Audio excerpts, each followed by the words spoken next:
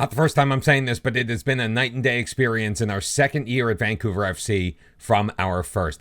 12 matches remain on the docket. We are almost assured a playoff spot. We sit at the top of the table. We are gunning for it all, baby. Yeah, I just realized I said baby in like back-to-back episodes. Welcome back, everybody. I am Mr. Cellophane. This is the American Dream, and I got a little ahead of myself yesterday. This is The Real, episode number 17. Welcome in. We start off on the screen of Robert in Gotham. Now, there was a comment on Wednesday's episode. Thank you very much for the comments. I appreciate all the interaction on YouTube.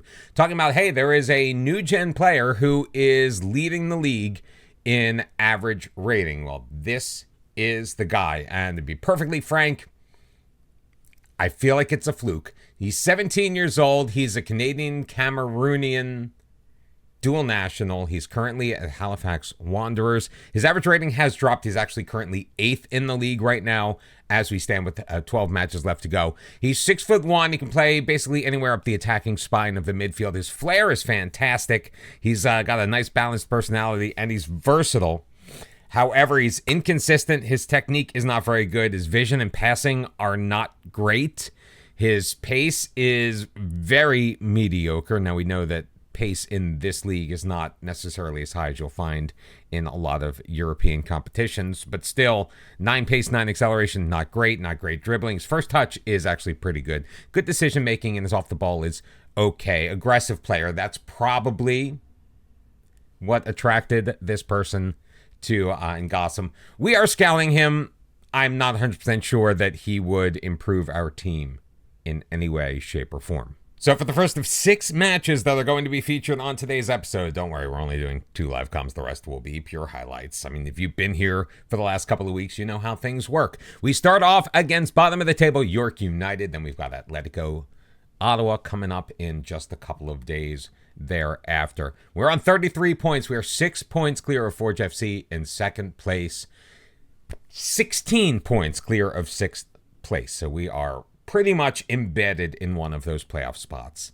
Although still a ton of points remain on the board to be got. The good news is after the 6 matches, we do hit that summer break. So we're going to be able to take care of a transfer window and whatnot off camera before tomorrow's episode. So we've got a couple of guys coming back from injury, however. Tyler Pasher has passed the fitness test. He is going to be on the bench. Rocco Romeo feeling better. He is back in the starting lineup. We've also decided to make a slight tactical tweak, and that's with our strikers. We're going to try Alan Didier in the deep-lying forward role. I think he's a little better suited for it than Mohamedou Kane. Kane is more of a go for the net and shoot kind of guy. His passing vision aren't nearly as good as Didier. And until Tyler Pasher comes back, I think Didier is our best choice. It's going to be George Marks in goal. We've got Noah Botna, James Griffard, and Rocco Romeo as our back 3. Zorhan Basong and Mo Farsi as the wingbacks. Mo Farsi has been 8.26 average rating in his last 5 matches. Simmons and Johnston are going to man the midfield with Noah Verhoeven ahead of them and the aforementioned Didier and Kane leading the line as our strikers. It's been a little while since York United has tasted victory. In fact, this run of play has cost their manager his job. So we've got a manager list, or at least an interim manager in charge of York United right now as we get things underway. We are on the road at Lions Stadium, or York Lions Stadium in Toronto. Now, I do want to touch very quickly on something we discussed on stream last night, and that is the new development update that just came out for Football Manager regarding Football Manager 25. And all I'm going to say right now is I'm reserving judgment because not a ton of information came out. It was a lot of fluff. Didier, how did he miss that? Had an absolute sitter. I mean, Hassal kind of cut off the angle a little bit, but he completely put it across the goal mouth and out into touch. But it's been all Vancouver leading this match so far. The first 3 shots of the match have gone our way. The big thing that I took away from, there are a couple of big things, and I'm not going to get too deep into it. You can all read it for yourself. If you have not, you can find a copy on the Discord. I've shared it since it came out. Touchline shouts, I mean, I'm glad that they are working on it and they recognize how very little they actually work and they don't have the proper effect on the game that they're supposed to.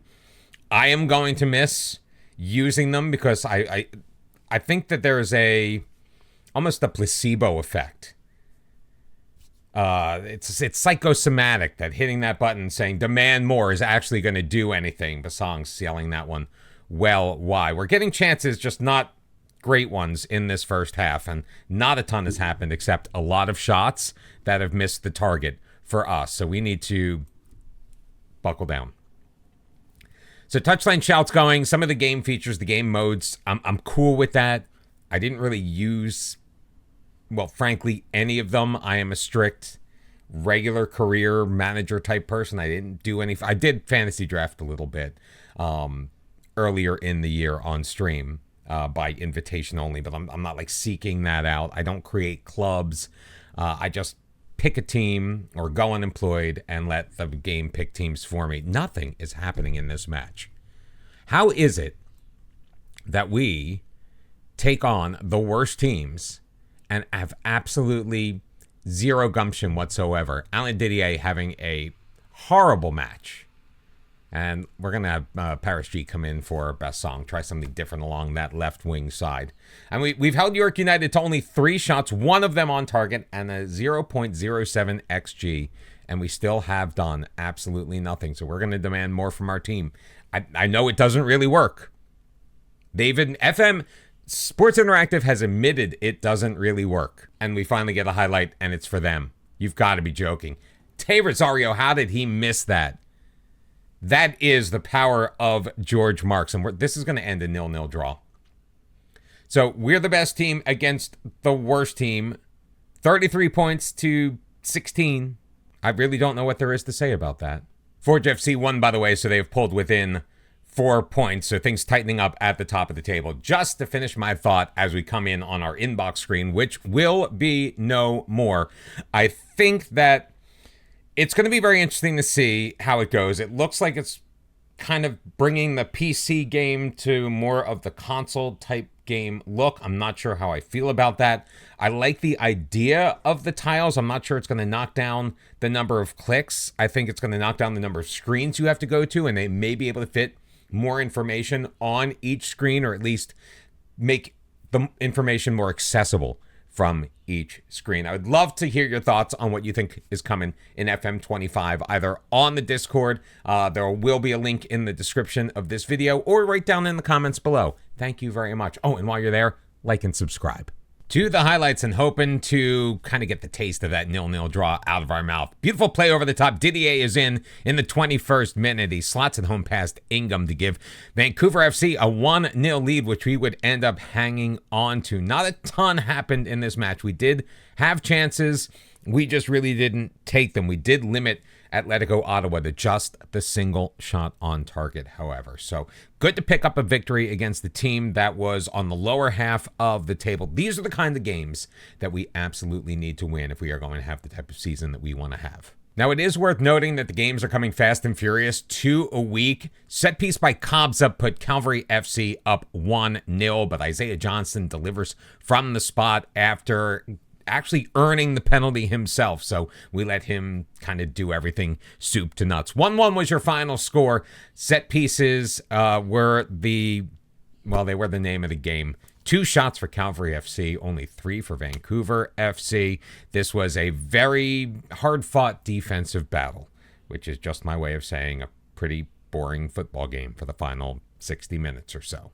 But it did mean that we were riding a 5-game winning streak into our match against Valor FC as Johnston converts from the spot in the 58th minute and did such a good job the first time, we decided to let him take the next one. We earned 2 penalties. Didn't get a lot from open play in this one, although we did play a pretty strong game. Isaiah Johnston, with the last 3 goals that we have scored, they have all come from the penalty spot. 2-0, your final against Valor, making it 6 undefeated in a row.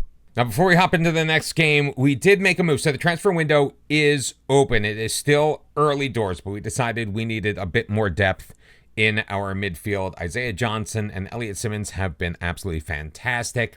Beecher, Verhoeven in the attacking midfield has been great as well. We just wanted another option. We went out and we found a 21-year-old Italian-Canadian dual U20 international. Matteo Schiavone.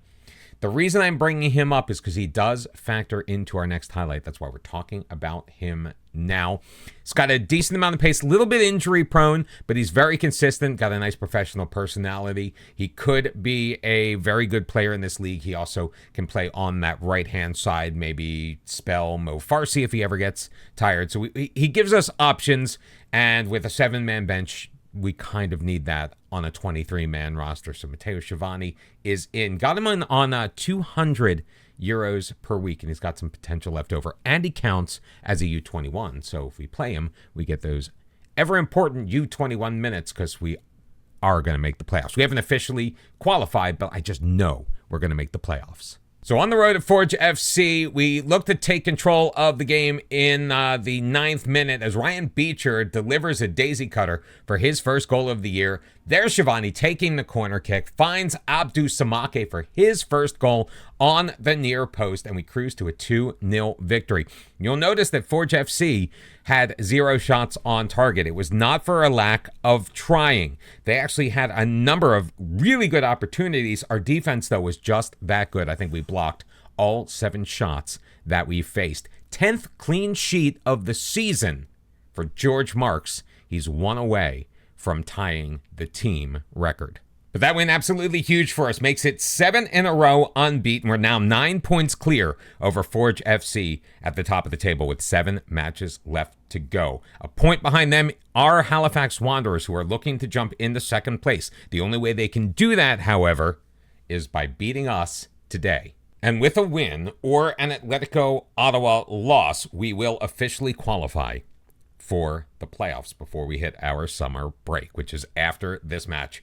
In Halifax, it's going to be Marks in goal. Samake is going to give a blow to Noah Abotna. James Graffard is coming back in. He sat out the last match. Rocco Romeo is going to round out our back 3. Basang and Farsi are going to remain as our wing backs. Matteo Schiavone going to get his 2nd consecutive start. This time he's going to give Elliot Simmons a blow, which means Isaiah Johnston is back in. Noah Verhoeven also coming back, obviously with Beecher injured. It's either him or Tariq Tahid. And it's going to be Pasher and Didier up front. Mohamedou Kane has passed the fitness test. He picked up a little bit of a knock in training before the last match. So we're going to keep our eye on him. He may see some playing time. He is on the bench for this afternoon's contest.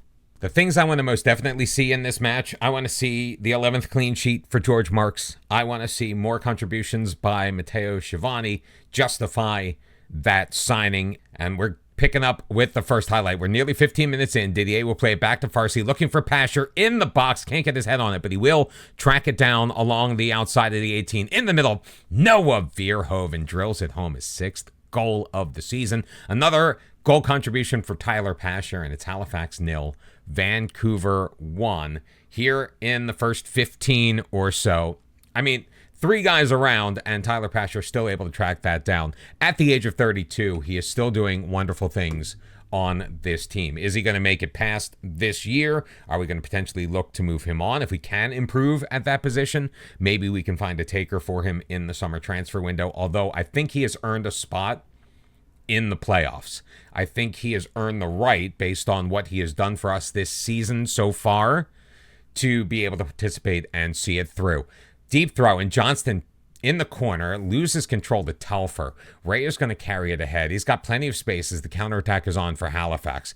In front of him, he's got Small. Small being tracked very well by James Gaffard. He gets himself in front of that. Telfer, though, feeds Double Air, and Ethan Double Air with his 4th goal of the season. However, it will be called back. I thought it was a little suspicious that he was so wide open in the box, and that is because he was judged to be offside. The assistant referee put up his flag on the far side. Atletico Ottawa, they're not going to take care of their part of the bargain. They're currently leading 3-0 in their match, so we are definitely going to have to be the ones to win this match. And so far, so good through the first 45, although we have only managed 2 shots on goal. Both of them have been on target. One of them, as we know, has hit the back of the net. Early doors in the second half, in control. Can't pick out Canada. Double Air with it. Drops it back for Fernandez. Looking to send it back to his left wing.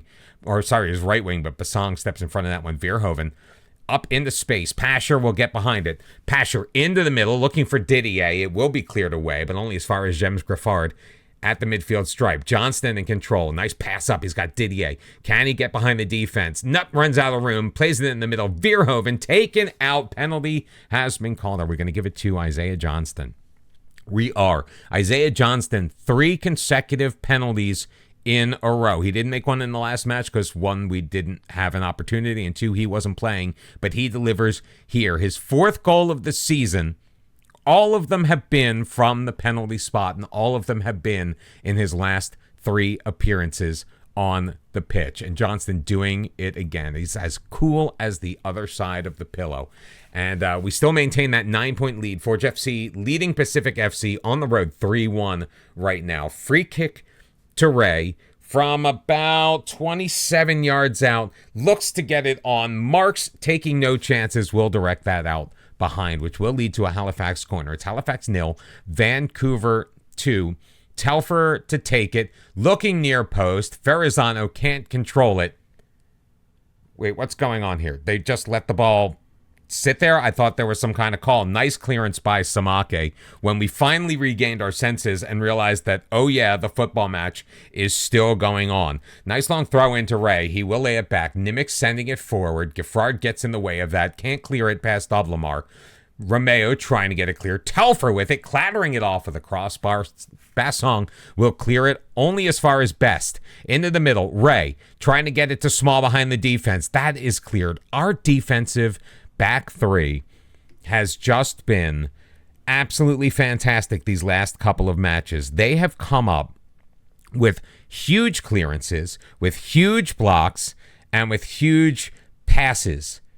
Left, right, and center. In behind the defense, Didier stops, drops it for Mo Farsi, and there's 6 on the year for the right wing back. Mo Farsi has been an offensive dream this year, and he makes it Halifax 0, Vancouver 3. Verhoeven over the top, finds Didier. Now, Didier realized that he got himself a little bit too wide, so he looked for the trailer in Mo Farsi, who beats Volkla for the 3rd Vancouver goal of this match. And we have been rather efficient on the offense. 6 shots, 4 of them on target, 3 of them in the back of the net. Elliot Simmons is going to come in for Shivani, who has played a decent match. Kind of didn't really stand out in this one.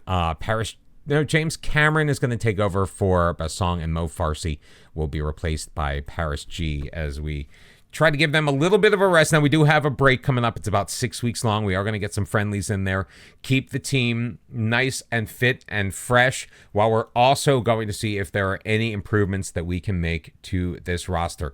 There are certain guys that we do have on our depth chart, on our bench, that really don't see a ton of action. Tariq Tahid is one of them. Samake is seeing more play, but Campagna isn't necessarily. Now, we want to make sure that we have a nice complement of center backs for that depth. We do play 3 at a time, so we do need those extra bodies.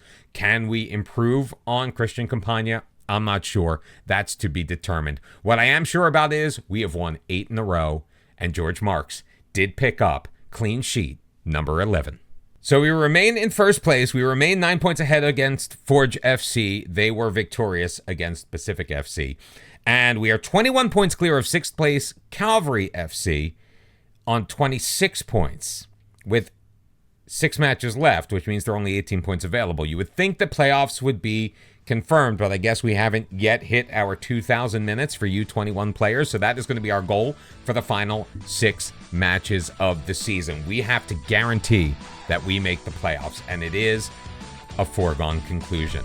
If you liked what you saw, hit that like button. Also, subscribe to the channel if you have not. Thank you to everyone for all of your support. We have 6 matches left to determine where we are going to be. Can we be champions of the Canadian Premier League?